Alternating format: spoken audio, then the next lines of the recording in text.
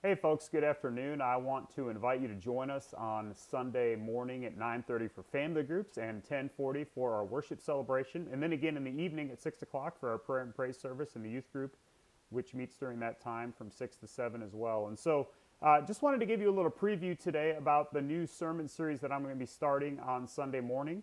It's going to be a short 5-week series, kind of leading us up into a couple weeks before Easter, before Resurrection Sunday, and then we'll begin a new series after Resurrection Sunday that we'll talk about later.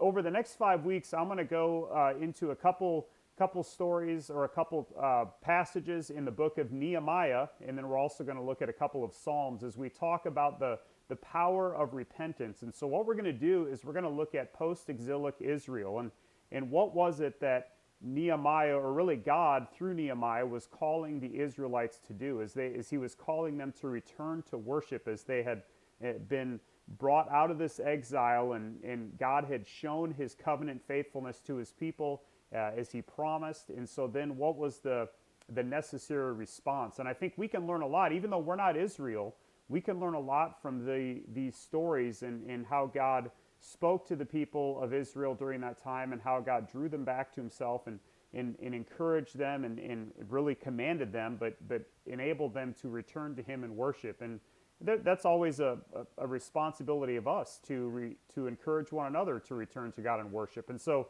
this coming Sunday, we're going to look at the first part of chapter 8. And really, we're going to look at a little bit of chapter 7 and then Nehemiah chapter 8, and we're going to talk about true worship. What does genuine worship look like? How do we value and prioritize genuine worship? And specifically in our context, we're going to talk about that in a corporate sense, that corporate worship, because that's typically what we see in the Bible. When the Bible talks about worship, it's typically a corporate aspect. Now, there's obviously private worship. There's obviously as followers of Jesus, we're called to live lives of worship. And so it's not just when we gather on Sunday mornings with our church family, but it's certainly not less than gathering on Sunday mornings with our church family. And so we're going to talk about a few aspects of genuine corporate worship and what we can learn from the book of Nehemiah about that, or specifically the first part of chapter 8 and part of chapter 7. And so I hope that you'll join us Sunday morning. That'll be at 10:40 during our worship celebration. I hope that this series will be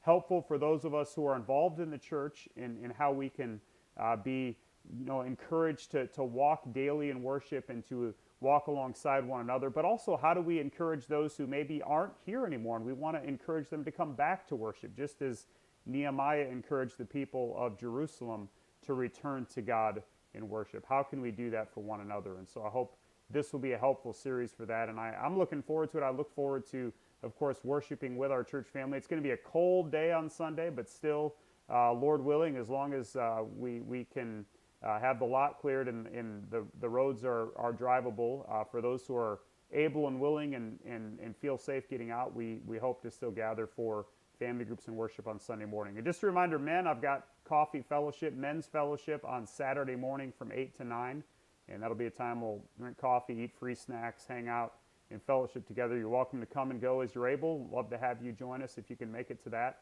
But everyone, hope to see you if you're able to come on Sunday morning at 9:30 for family groups, 10:40 for worship. And just a reminder, we do live stream that service at 10:40 on our Facebook page. That's at Richland Baptist on Facebook, and so you can also catch it there, and it'll be available later on this YouTube channel. The sermon will later that afternoon. So look forward to seeing you Sunday. Have a great day. Stay warm.